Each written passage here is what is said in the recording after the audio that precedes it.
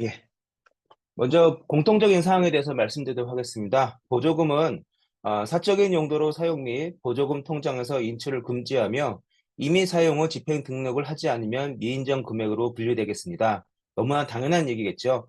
예, 지방보조금은 국민의 세금으로 운영되는 사업비이기 때문에 공적인 용도로만 사용해야 하며 당초에 사업 계획서를 다 내셨을 겁니다. 사업 계획서에 맞추어서 그 목적에 맞게 사업비는 집행되어야 하며 계획서에 등재되지 않은 내용을 가지고 집행을 하거나 임의로 인출을 할 수 없도록 교육청 보태미 시스템에서 막아놓고 있습니다. 그 내용을 유의해 주시기 바랍니다. 두 번째로는 사업비 집행은 계좌 이체 및 교육청 보태미 전용 신용카드나 체크카드로만 결제 사용이 가능합니다.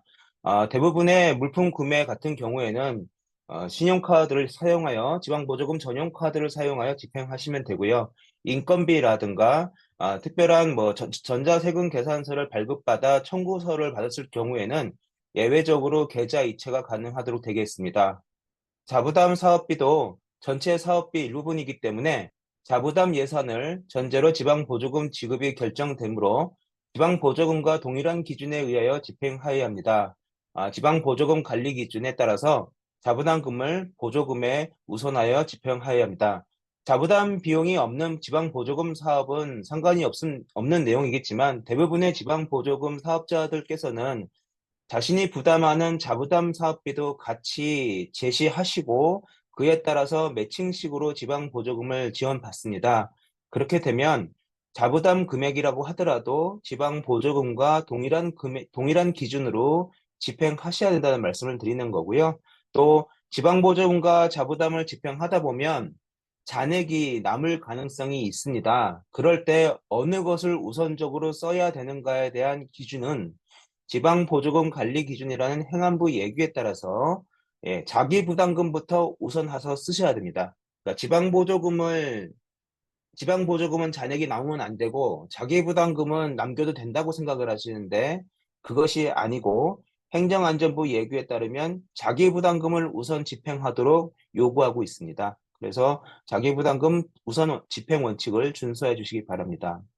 사업 진행 중 사업 내용과 예산 배분의 변경 사유가 발생한 경우에는 반드시 교육청 보태미를 통해 사전에 해당 시도 교육감에게 변경 신청하여 승인을 얻어야 하며 사전 승인 없이 변경 집행된 사업비는 부적정 집행으로 분류되어 반납하여야 합니다. 보통 실무적으로 볼 때에는 사업 시간이 짧다는 이유만으로 먼저 변경된 사업비를 집행하시고 사후에 소급해서 변경 신청을 하거나 또는 아예 변경 신청조차도 안 하시고 정산을 하시는 경우가 있는데 이럴 경우에는 부당 집행으로 분류될 수 있습니다. 그렇게 되면 미인정되어서 반납 금액으로 분류될 수 있기 때문에 사전에 변경 사항이 발생했을 경우에는 먼저 신청을 해서 교육감의 승인을 받도록 해 주셔야 할 것입니다. 두 번째입니다. 지방계약 법령을 적용해서 물품 용역 계약 체결을 집행해 주셔야 됩니다. 지방보조금은 시도교육청의 교육비 특별회계를 재원으로 하는 보조금이기 때문에 지방계약법이라고 하는 교육청이나 시청 등 지방자치단체가 계약을 할 때 지켜야 되는 법령이 있습니다. 그 법령의 기준대로 계약을 하셔야 됩니다. 뭐 단독 수의가 가능한 금액이 있고요. 2인 이상 견적서를 받아서 비교 견적을 해서 계약을 할 수 있는 금액대가 있고 무조건 입찰을 해야 되는 금액들이 있습니다. 대부분의 사업비는 입찰까지 갈 수 있는 보조금 규모는 안 되시기 때문에 단독 수의냐 2인 이상 비교 견적 공고냐에 따라서 계약이 이루어질 것 같습니다. 그리고 뒤에서 이 계약에 대한 내용은 좀 더 자세히 말씀드리도록 하겠습니다. 사업비 집행 시에 단체 임직원 및 내부 인력의 직계 좀비석 등이 운영한 업체 또는 단체 계열 관계에 있는 업체 또는 그 계열 관계에 있는 단체와의 내부 거래는 금지합니다. 위반 내용 확인 시 전액 반납 대상 처리합니다. 예를 들어서 지방보조사업 단체가 있으신데 그 단체가 산하기관 성격으로 뭐 대안학교를 운영하고 있고 그 대안학교에 강당이 있을 때 지방보조금을 지원받는 A 단체가 자신이 운영하는 대안학교의 강당을 빌린다는 이유만으로 강당 임차료를 타나 대안학교에다가 지급할 수 없다는 것이죠. 예, 그렇기 때문에 계열 관계에 있는 단체나 뭐 내부 산하 기관이라든가 이런 것과의 계약 관계는 있을 수 없고 상호 무상으로 지원을 해야 됩니다. 또는 지방보조 사업자 단체의 대표나 직원들이 운영하는 업체에서 물품을 사온다거나 또는 학생들 단체 활동을 하는데 단체 활동을 위탁하는 시설물로서 뭐 임직원이 운영하는 업체에다가 위탁을 한다거나 이런 식의 내부 거래도 금지되고 있습니다. 요거 한번 주의해서 봐주시고요. 사업비 집행 관련해서는 지출결의서, 기타 사업비 집행 관련 서류 및 증빙 자료는 시도교육청에 제출 요구 시 즉시 응의할 수 있도록 관리하여야 합니다. 사업 연도 종료일 이후 5년간 보관하셔야 되고 지방보조금법에 의해서 지방보조금 사업 관련된 각종 서류와 증빙 서류를 5년간 보관하지 않으시면 2년 이하의 징역 또는 2천만 원 이하의 벌금이 부과되기 때문에 주의하셔야 됩니다. 물론 정산하시면 증빙 서류를 시도교육청에 제출하실 겁니다. 그때 제출하는 서류는 사본으로 제출하시면 되겠습니다. 사업 종료 이후 정산을 통해 지방보조금 자부담 투자 비율에 따라 집행 잔액을 반납을 해야 됩니다. 무슨 말씀이냐 하면은 자부담이 없으면 상관없으신데요.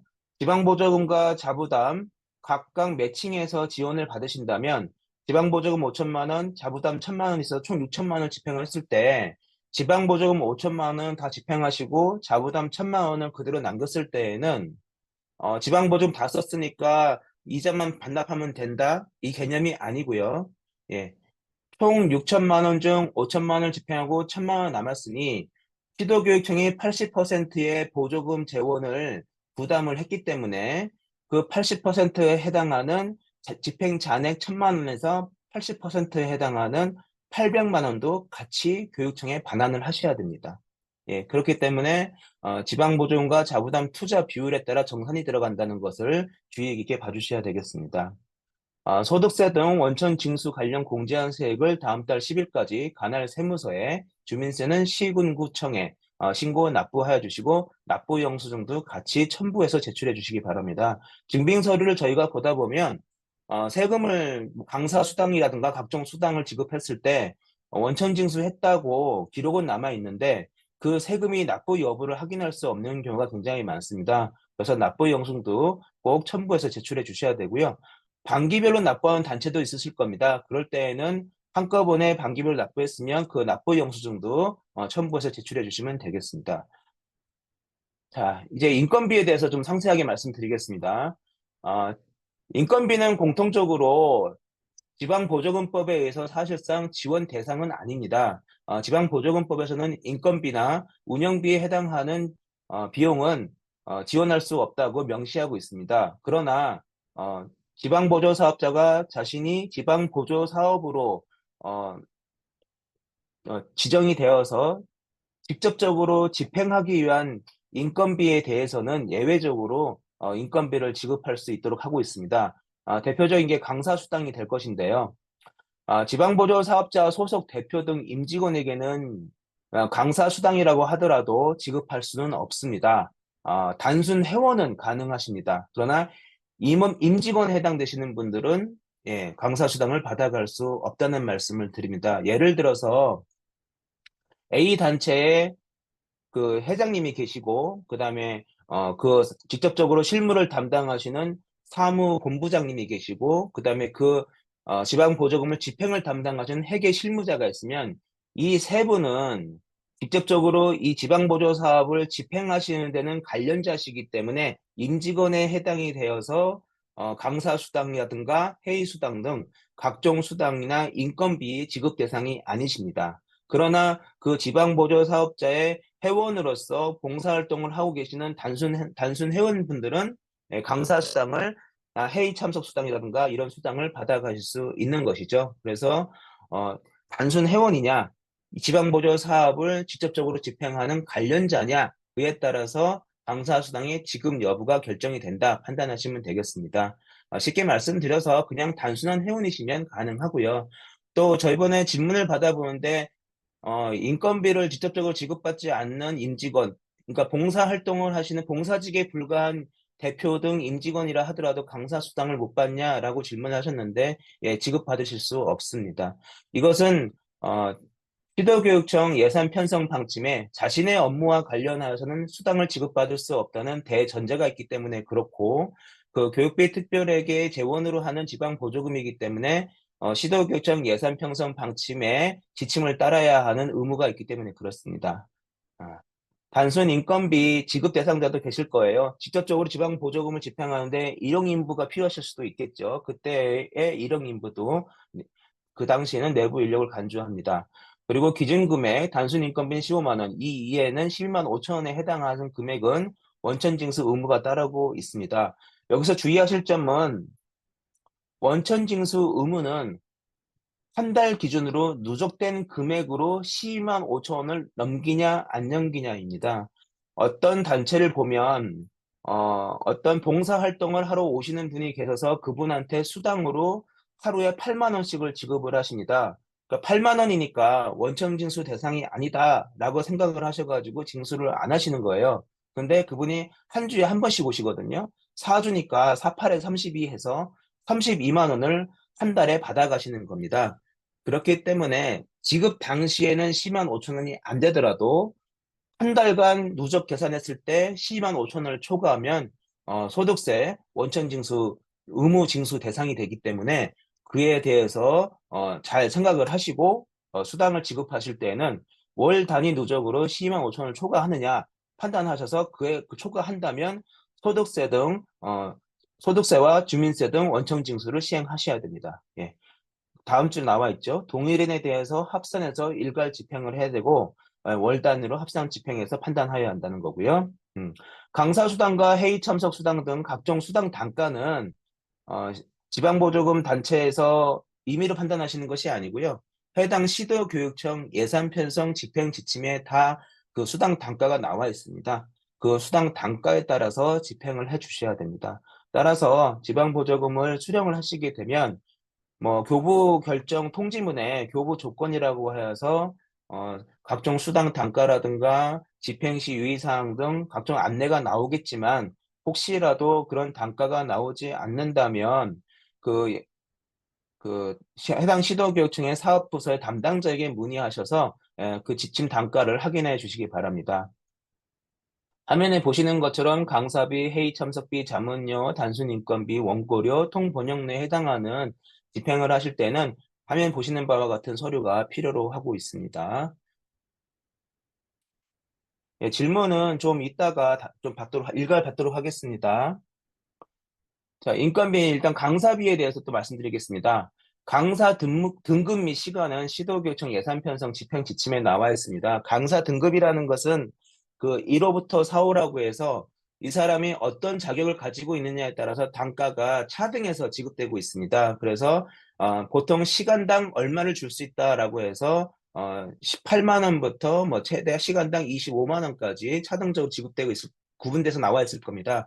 그래서 지방 보조금을 집행하시는 여러 단체들께서는 강사 수당을 지급하실 때는 이분이 어느 기준에 맞는 강사인가를 판단해 주셔야 돼요. 뭐 대학 총장님인지, 대학 교수인지, 그냥 일반적인 공무원인지, 또는 뭐 회계사 전문가, 변호사라든지 이런 자격 요건에 맞춰서 저희가 강사 단가를 맞춰주고 있거든요. 그래서 그 단가를 맞추어서 집행을 해주시면 좋겠고요. 그다음에 두 번째는 이제 그 강사 개별로 여러 건일 수도 있습니다. 여러 가지 교육 프로그램을 진행하시면 강사분들을 한 10분 정도를 한 번에 2주간 이렇게 진행하실 수도 있기 때문에 그럴 때에는 지출결에서 한 장에 10명분의 강사 인건비를 한꺼번에 합산해서 지출하실 수는 있겠죠. 예, 그렇다 하더라도 통금하실 때에는 계좌이체서가 남승환부터 뭐 김병훈까지 뭐 이런 식으로 각각 한 건당 한 명씩 그 계좌 이체서가 나와 있어야 됩니다. 어떤 단체는 보니까 뭐 남승환이가 대표로 있는 강사이기 때문에 남승환한테 어, 1인당 20만 원씩 강사비를 주는데 200만 원을 남승환한테 대표로 송금하면 그 사람이 나눠줄 거다. 이런 식으로 판단하셔가지고 200만 원을 한꺼번에 남승환이라는 1인 강사한테 주더라는 거죠. 예, 그렇게는 안 된다는 겁니다. 절대 불가. 위반 사항이고요.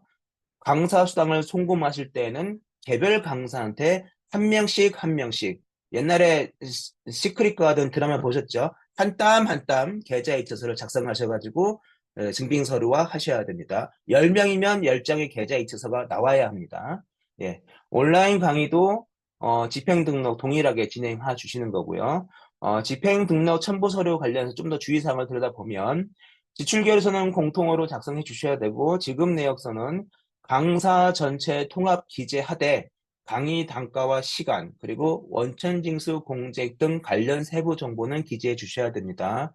강의 확인서에는 강사별로 10명이면 10명, 1명이면 1명, 5명이면 5명, 강사별로 강의 확인서를 기재하고 강의 자격사항을 상세하게 기재해 주십시오. 뭐 상세하게 하더라도 이게 너무 뭐 길게 써달라는 말씀이 아니고 이 사람이 변호사면 변호사, 교사면 어디 학교 교사, 그리고 공무원이면 어디 기관 공무원, 예, 검사면 어디 소속 검사, 예, 시민단체 활동가면 어디 시민단체 활동가, 박사학위가 있으면 박사학위 소지 여부를 적어주시고 석사면 석사 뭐 이런 식으로 해주시면 되고요. 그리고 강사 날인은 필수입니다. 내가 강의를 했다는 걸 확인해 주시는 거죠. 서명 대체도 가능합니다.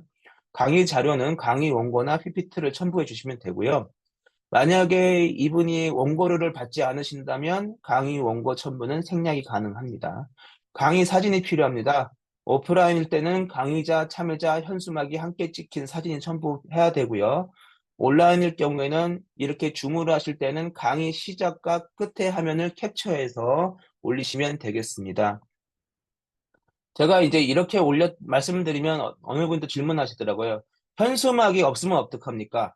현수막이 없으면 혹시라도 빔 프로젝션으로 그 강의 화면을 띄우신다면 첫 장에 제목이 나와 있을 거예요. 그래서 그 빔 프로젝트로 띄운 화면도 현수막으로 대체 가능하고요. 팁으로 하나 더 말씀드린다면 현수막을 작성하신다면 가급적이면 날짜가 나오게 부탁을 드리겠습니다. 그리고 계좌이체 확인서가 마지막으로 필요하겠지요. 자, 회의 수당입니다. 하루당 회의 참석비 지급 기준액은 이것도 마찬가지로 각 시도교육청 예산 편성 집행 지침에 나와 있습니다. 그것을 확인하시면 되고요. 보조사업자 소속 임직원은 회의 참석 수당이 나갈 수 없고 외부 위원만 수당이 지급합니다. 각종 뭐 교육 프로그램의 추진을 위한 간담회라든가 또는 뭐 지방보조 사업의 추진을 위한 각종 회의를 개최하실 수 있는데 내부 직원으로만 구성된 회의는 회의 수당을 지급하지 않습니다. 외부 전문가들이 참석해서 같이 회의를 하실 수가 있을 거예요. 그럴 때에는 외부 위원들한테는 수당을 지급하라고 회의 수당이 나와 있는 것이지 내부 임직원은 회의 수당 지급 대상이 아님을 말씀드립니다. 이것 또한 예산 편성 집행 지침에 어, 그 자기 업무와 관련돼서는 수당이 나갈 수 없다는 대전제가 있어서 그렇습니다. 이해 부탁드리겠습니다. 집행등록 첨부 서류에 대해서 말씀드리면 지출계에서 공통적으로 필요하고요. 지급 내역서는 회의 참석자 전체적으로 통합 기재해서 누가 참석했는지 그리고 회의 시간 그리고 각종 수당의 지급 관련해서 원청징수 공제액 등 세부 정보를 기재해 주시면 되겠습니다. 그리고 회의록과 결과 보고서를 첨부해 주시면 되겠습니다. 혹시라도 소리가 지금 안 나오신다는 분들은 본인들이 가지고 계신 노트북이나 컴퓨터에 스피커가 꺼져 있지 않은지 확인 부탁드리겠습니다. 하단에 시계 나오는 부분에 스피커 모양의 X가 있으면 스피커가 안 나올 겁니다. 자, 그리고 회의록 결과 보고서는 회의록이나 결과 보고서나 하나만 있으면 됩니다. 예, 뭐 두 개 다 필요하다는 말씀은 아니고요. 회의록은 없으시더라도 그 각종 회의 결과에 대해서 내부적으로 보고하기 위한 한 장짜리라도 보고서를 만드실 겁니다. 그래서 회의 결과 보고서 필요하고요.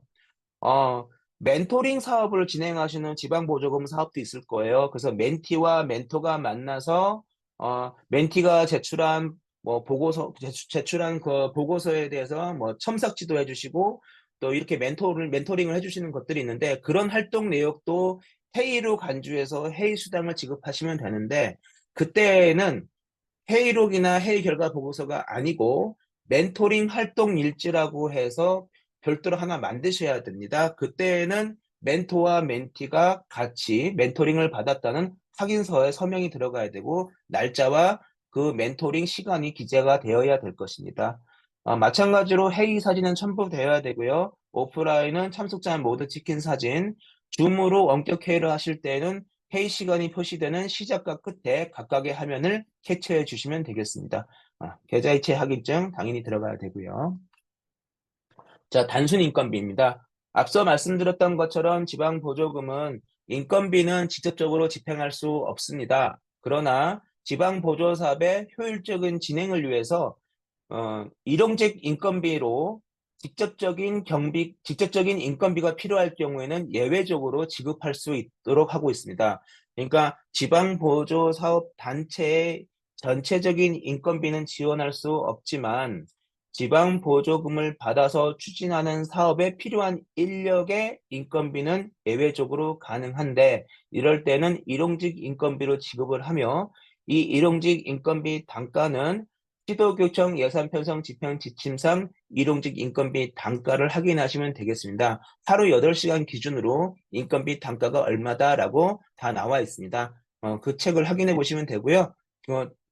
시도교육청에서 안내가 안 나오시면 사업부서 담당자에게 문의해 주시면 친절하게 안내해 주실 것입니다. 이틀 이상 근무를 필요로 하는 일용직 인건비를 쓰실 때에는 근로계약서 작성이 필수입니다. 그리고 계약 기간 동안 내부 직원으로 간주되는데요. 여기서 중요한 거는 근로계약서를 작성하실 때 그 일용직 근로자에게 당신이 하는 일은 무엇입니다라고 명시를 하실 겁니다. 그때에는 지방보조금 사업에 직접적인 업무 분장을 적어 주셔야 됩니다.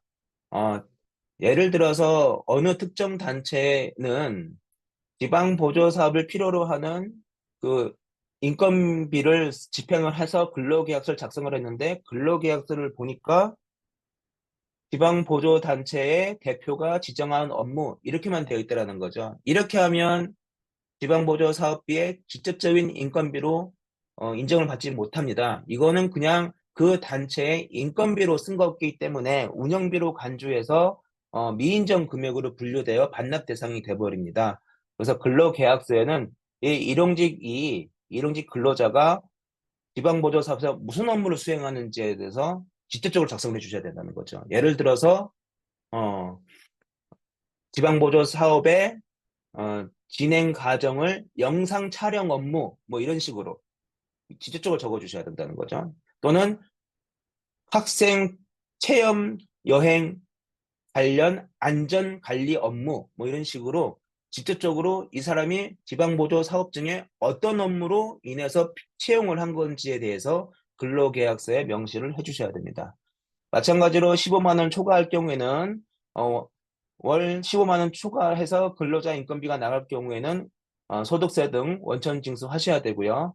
그리고 4대 보험 가입 요건에 해당될 경우에는 가입도 해주셔야 되죠.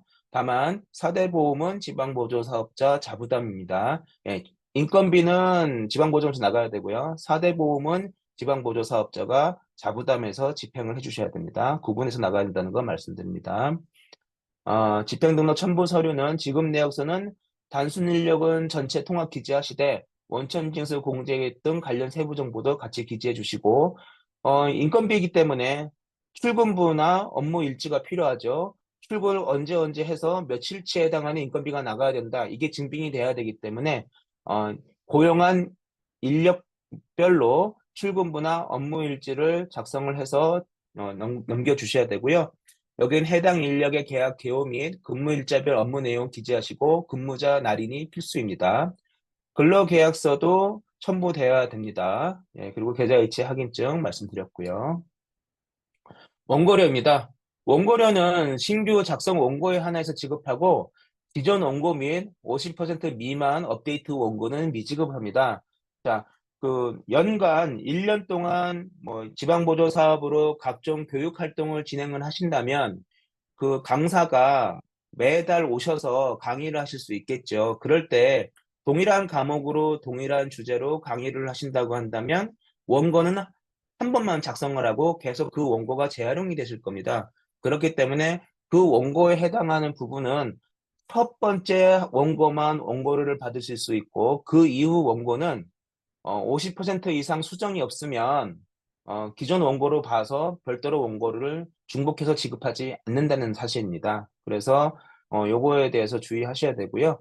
원고 지급 단가는 시도교육청 예산 편성 집행 지침에 마찬가지로 나와 있습니다. 뭐 장당 얼마다 자, 이런 식으로 나와 있기 때문에 그 원고 지급 단가를 확인하시면 되겠습니다. 그 지출결의서와 지급내역서 원고 자료 예, 첨부해 주셔야 되고요. 만약에 이 원고료가 강의형 원고료가 아니고 뭐 백서라든가 어떤 책을 만들기 위한 원고라면 책으로 출판된 책 자체도 증빙 서류로 첨부해 주셔야 되겠습니다. 자, 여비 말씀드리겠습니다. 지방보조 사업을 수행을 위한 출장에서만 여비를 집행이 가능하십니다. 보통 그 지방보조 사업의 임직원 분들께서는 지방보조금 사업을 집행하기 위해서 출장도 가시지만 단체 고유의 업무를 하기 위해서도 일상적으로 출장이 있으실 겁니다. 그렇기 때문에 지방보조금에서 집행을 할 수 있는 출장은 지방보조금 사업의 업무 추진을 위해서만 직접적인 관련성이 있는 출장에서만 여비를 지급받으실 수 있고 단체 고유의 업무, 일상 업무를 위해서 출장 가시는 것은 단체 운영비에서 여비가 분담되어야 되지 지방 보조금에서는 지급할 수 없다는 사실을 강조 말씀드립니다. 시내 여비와 시외 여비로 구분해서 말씀을 드리겠습니다. 시내 여비라는 것은 지방 보조 사업자 단체가 소재한 그 소재지의 동일시, 특별시와 광역시, 특별자치시 등 그 시 경계 안에 있는 것을 시내로 보고요. 예, 군이나 또는 특별시나 광역시가 아니고 기초지자체의 시, 예를 들어 뭐 아산시라든가 천안시 등 이런 시 같은 경우에도 그 경계 안, 그리고 군도 그 경계 안에 있을 때는 어디를 가든 4시간 미만은 1만 원, 4시간 이상 나갈 때에는 2만 원이 지급되겠습니다. 일일 출장비 합산액은 최대 2만 원을 초과하지 못합니다. 무슨 말씀이냐면 시내이기 때문에 하루에 5번도 다닐 수 있겠죠. 그렇다 하더라도 4시간을 초과하더라도 5번을 가고 출장만 한 12시간 다녔다고 하더라도 최대 2만 원을 넘어갈 수가 없습니다. 만약에 이 출장에 차량을 임차해서 다니신다면 1만 원은 감액되게 되겠습니다. 시외 여비는 그 사업자 소재지가 벗어난 다른 특별시나 다른 광역시나 다른 시군구를 방문할 때는 어, 원거리 출장으로 시외 여비로 분류가 되겠습니다. 아, 군은 아니겠네요. 죄송합니다. 시와 군입니다. 예. 어, 그 시군 또는 특별시, 광역시, 특별자치시를 벗어난 자신의 소재지를 벗어난 다른 시를 방문할 때에는 원거리 출장으로 분류해서 교통비와 숙박비, 일비, 식비가 지급이 되며 교통비는 실비로, 숙박비도 실비지만 상한액으로 지급이 됩니다.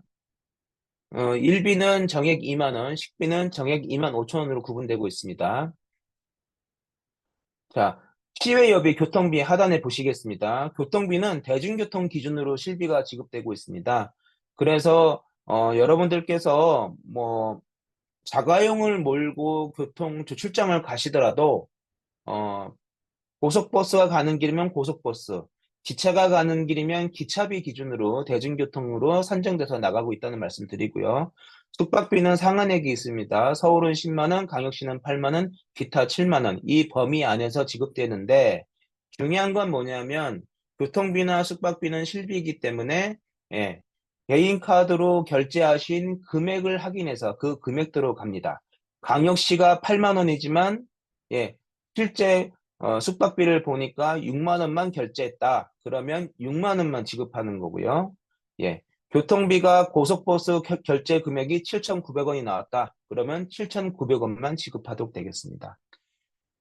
식비는 상한액 2만 5천 원으로 줄일 수 있는데 이 출장 시간에 따라서 감액 조정을 하셔야 됩니다. 예를 들어서 출발 시간이 10시라면 3분의 1인 아침은 집에서 드셨을 테니까 3분의 1은 공제가 됩니다.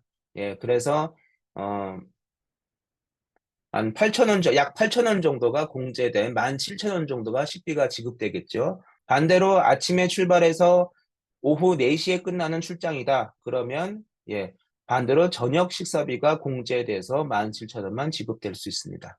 그리고 일비는 정액 25,000원으로 지급되고 있다는 말씀드립니다. 그렇기 때문에 회계를 담당하시는 담당자분께서는 직원들에 대한 지방보조금 관련 여비를 지급하실 때에는 교통비, 숙박비, 실비, 영수증 꼭 확인하셔야 되고 그 교통비나 숙박비의 출발 시간 또는 출장 계획서를 확인하셔서 식비는 감액을 할 수 있도록 주의 깊게 보셔야 된다는 말씀 드립니다. 자, 여비 두 번째입니다. 실비 증빙은 아까 말씀드린 것처럼 영수증을 하셔야 되고 정액 지급을 하시는 건 증빙은 계좌이체를 하시게 되겠습니다. 예부인 참여로 인한 여비도 있을 수 있겠죠. 그렇다면은 외부인도 동일하게 참가자 명단을 첨부해서 앞서 말씀드린 기준대로 여비를 지급해 주시면 되겠습니다. 지출결의서 첨부돼야 되고요. 지급 내역서에는 여비 지급 대상자 전체 통합기지에서 총 경비가 얼마고 그 출장을 확인서를 서명 날인 받으셔야 되고요.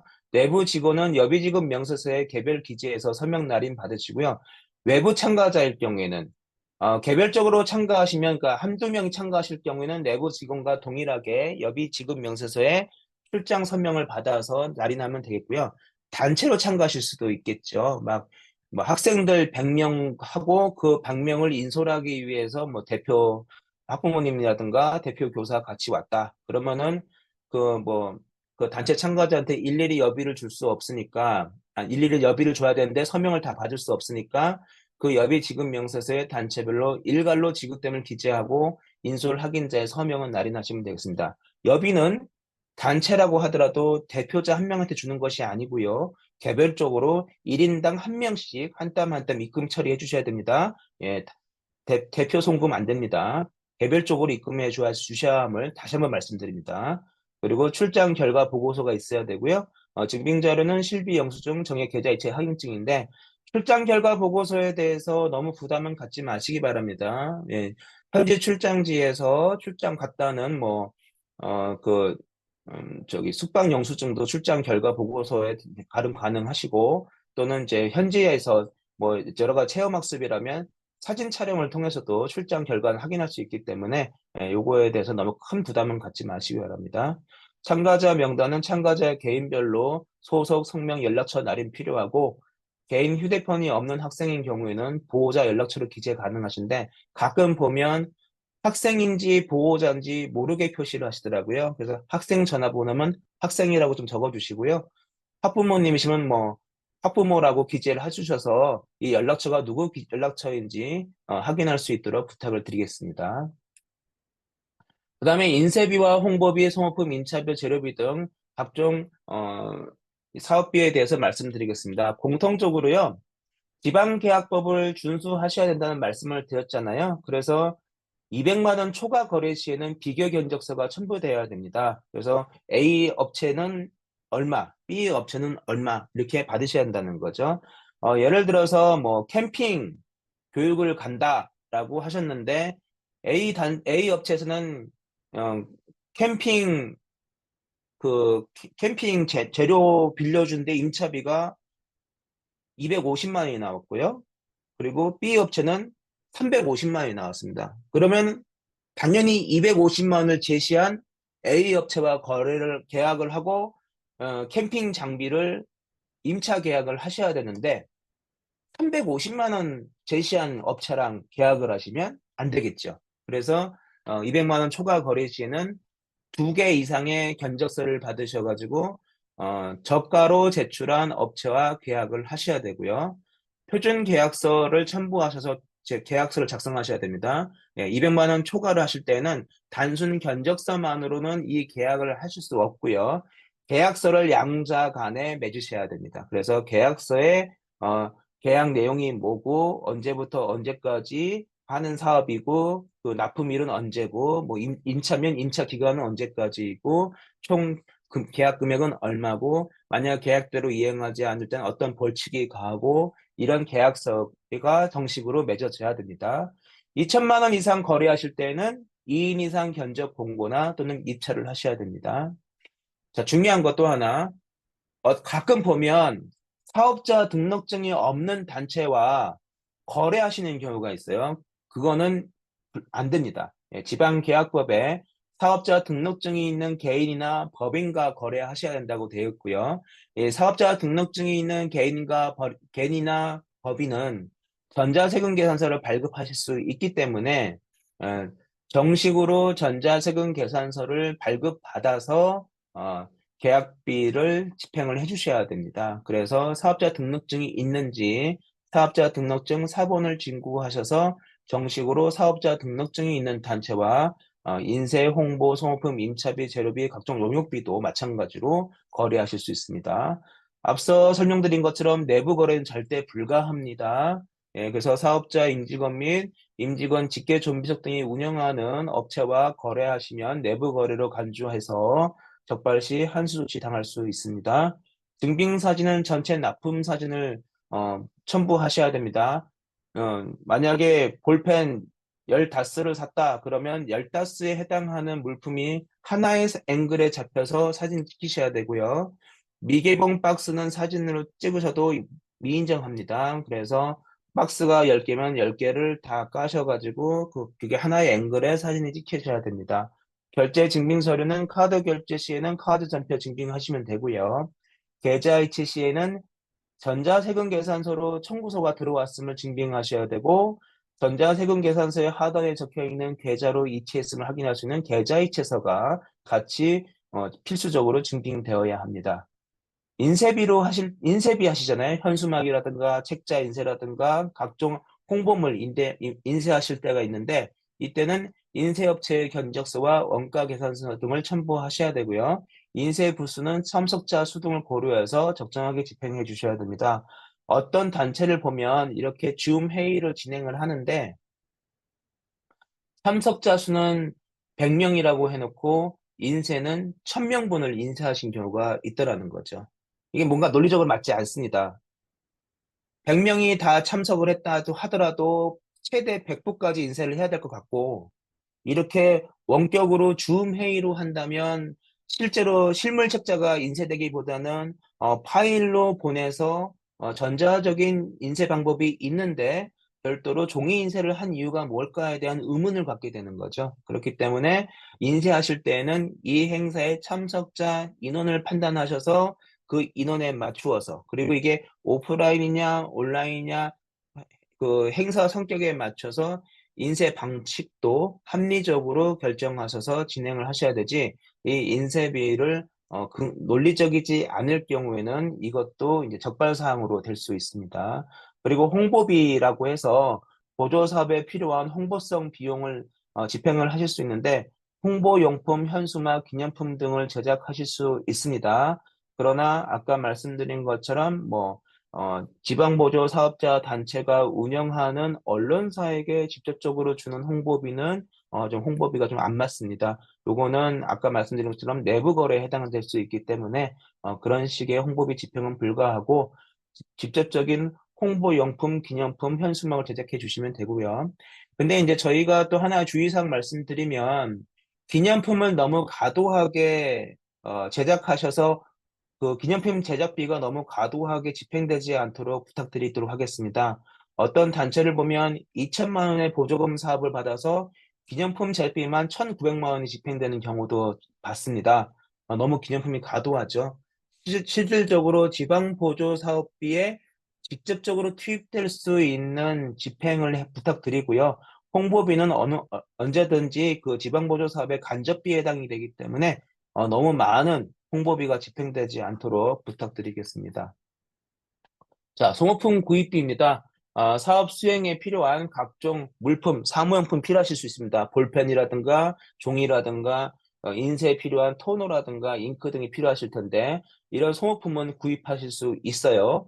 그러나 컴퓨터나 에어컨 등 자산취득성 물품은 지방보조금 사업에서 원칙적으로 금지하고 있습니다. 예, 그렇기 때문에 컴퓨터나 전자칠판, 책걸상, 에어컨 등 모니터도 마찬가지고 눈에 보이는 무거운 물품들은 지방보조금 사업에서 직접적으로 구입할 수 없기 때문에 이러한 장비가 필요하실 때는 임차로 해서 집행해 주시기 부탁드리겠습니다. 단 이제 교육청에서 교부 조건으로 자산 취득성 물품을 구입할 수 있다고 예외적으로 허용하는 경우에는 구입이 가능하십니다. 그래서 그러나 교부 조건에 자산 취득을 구입할 수 없다 또는 아예 자산 취득에 대해서 언급 자체가 없다. 그러면 자산 취득은 할 수 없구나라고 판단하시면 됩니다. 구매 소모품은 사진 첨부 필수하고요. 임차비 그래서 이제 지방보조 사업 수행에 필요한 각종 임차비는 어, 임차비로 집행을 하셔야 되는데 사업 관련성을 입증할 수 있는 사진은 첨부되어야 됩니다. 예를 들어서 음향 장비를 임차했다. 그러면 음향 장비가 설치된 걸 그 사진을 찍어 주셔야 되고요. 가끔 학생들의 뭐 밴드부 운영을 위해서 악기를 임차하실 수 있는데 악기가 임차됐으면 어떻게 될까요? 그 밴드부가 활동하는 모습을 악기를 빌린 것들은 사진을 찍으셔야 되고 특히나 주의하셔야 될 내용은 견적서에 그 임차 목록을 작성을 하십니다. 그러면 견적서에 임차 물품이 10개가 나와 있으면 그 10개에 해당되는 것이 사진으로 같이 첨부되어서 정상적으로 임차됐구나를 증빙해 줄 수 있어야 되는데 견적서에는 있는데 정작 사진에는 해당 임차 물품이 보이지 않아서 문제가 된 소지도 있었습니다. 그래서 그 입증할 수 있어야 되고요.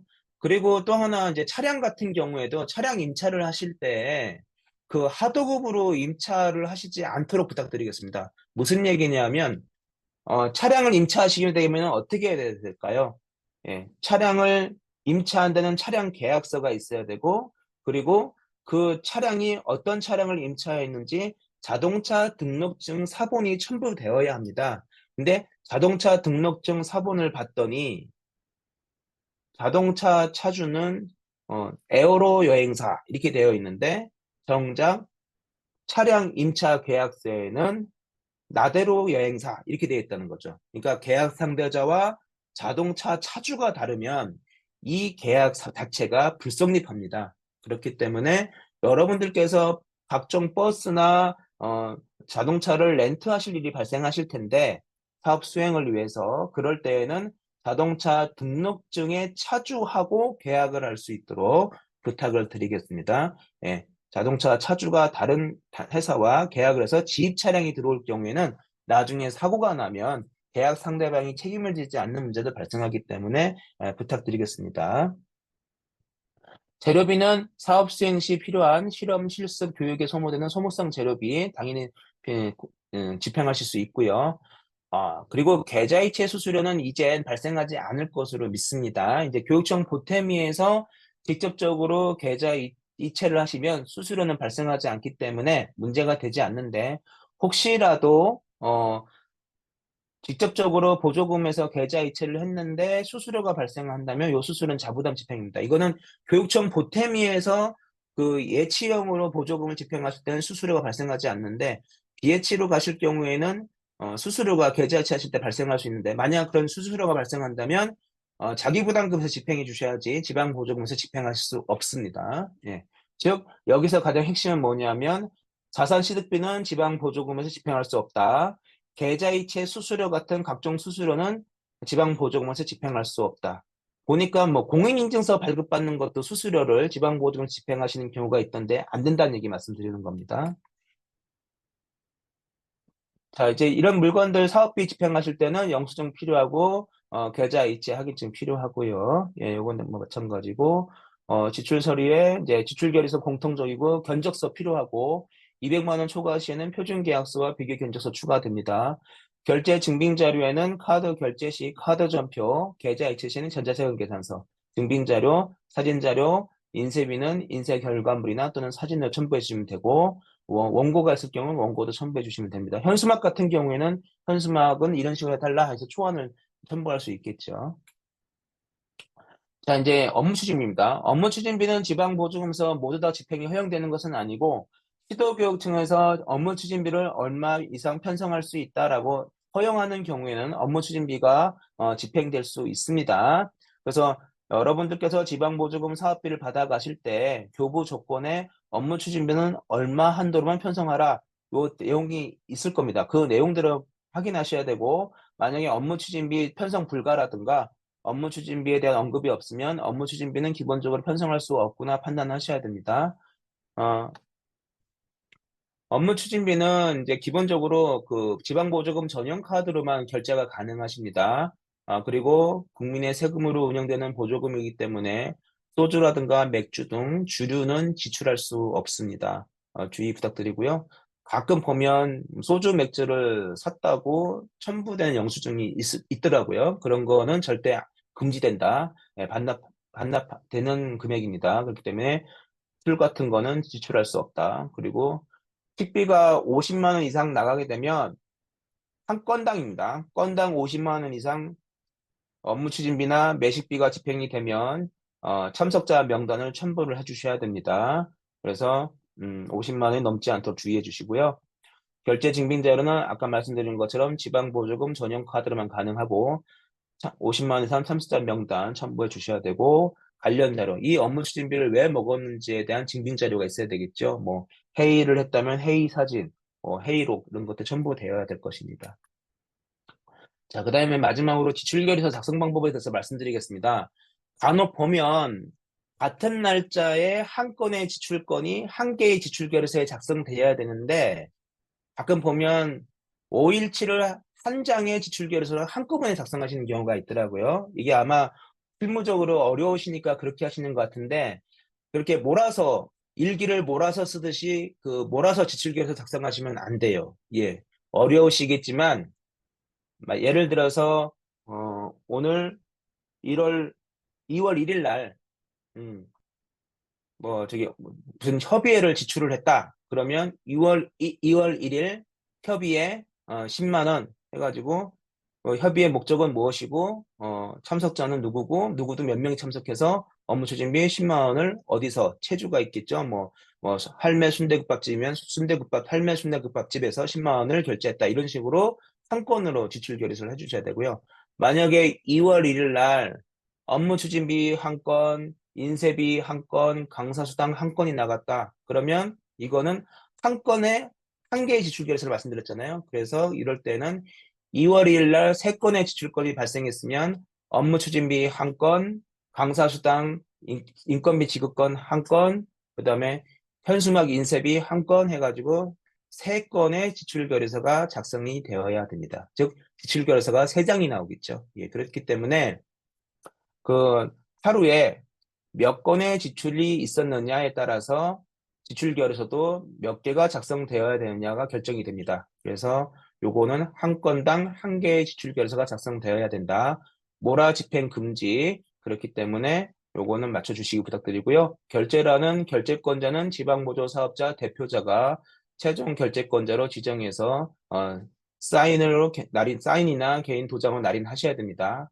어떤 단체는 보니까 대표자의 개인 도장이나 서명이 아니고 무슨 단체장 해가지고 직인을 찍으시는 경우가 있더라고요. 직인은 인정받지 못합니다. 왜냐하면 경우에 따라서는 직인 관리자는 따로 있을 수 있거든요. 그리고 직인은 대표자가 찍었는지 직원이 찍었는지 확인할 방법이 없습니다. 그렇기 때문에 대표자가 직접 서명하거나 또는 대표자의 개인 도장으로 날인을 하셔야 됩니다. 발의 및 원인 행위는 지출 계획을 수립한 날짜 또는 품위한 날짜를 작성해 주시면 되고요. 지출부 기재일은 통장에서 자금을 인출한 날짜가 지출부 기재일이 되겠습니다. 이게 지출 일자라고 하거든요. 그러니까 계좌 이체서에 찍힌 날짜가 지출 일자가 되고요. 발의 및 원인 행위는 품위한 날짜, 그리고 지방보조금 전용카드를 결제한 날짜면 결제한 날짜가 원인 행위 날짜가 되고, 그 카드 대금을 지출을 해줘야 되잖아요. 그러니까 지출한 날짜는 이제 카드 대금이 이제 결제 통장으로 넘어간 날짜가 이제 지출 일자가 되겠습니다. 그리고 증빙은 각 사업별로 요구하는 지출 증빙자료 목록을 기재해 주시면 되겠습니다. 자, 이 지출결의서 한번 예시로 제가 들어봤는데요. 이 지출결의서 서식은 각 시도교육청마다 달라질 수 있습니다. 보시면 상단에 재원이 이게 보조금이냐 자부담이냐 구분하도록 되어 있고 담당자, 사무국장, 사무총장, 회장별로 결제 라인이 있죠. 이 결제 라인별로 사인이나 도장이 들어가야 됩니다. 그리고 지출 금액은 52,000원인데 자, 이거는 뭐냐면은 인건비가 하루에 그 23년 9월 18일 날 원인 행위를 하고 23년 23년 5월 30일 날 인건비가 지출이 된 겁니다. 실제로 통장에서 빠져나간 날짜가 23년 9월 30일이라는 거고요. 이때 5만 2천 원인데 동일 날짜에 인건비 두 사람분에 대한 인건비가 나간 겁니다. 어, 그랬더니 이제 어떤 분이 이걸 보시고 보세요. 여기도 한꺼번에 몰아쓰지 않았습니까? 라고 질문을 하시는데 아니라는 거죠. 자, 인건비라는 하나의 지출건에 대해서 한 개의 지출 계획서가 작성이 된 겁니다. 그리고 뭐 5월 달 내내 나간 금액이 아니고요. 5월 30일 날 32,000원, 2만 원 인건비가 계좌이체 된 거라고 지출계획서에 명백하게 되어 있습니다. 자, 이렇게 인건비는 한 개의 인건비, 인쇄비는 한 개의 인서비, 뭐 업무 추진비는 한 개의 업무 추진비로 해서 같은 날짜 5월 30일이면 5월 30일, 2월 1일이면 2월 1일 발생한 날짜를 기준으로 해서 한 건씩 지출결서가 작성이 됩니다. 여기는 인건비라는 하나의 한 건에 대해서 지출결서가 작성이 된 겁니다. 예, 여기까지 설명 말씀드리고요. 자, 여기까지가 이제 제가 강의 내용이고요. 이제 질문 받도록 하겠습니다.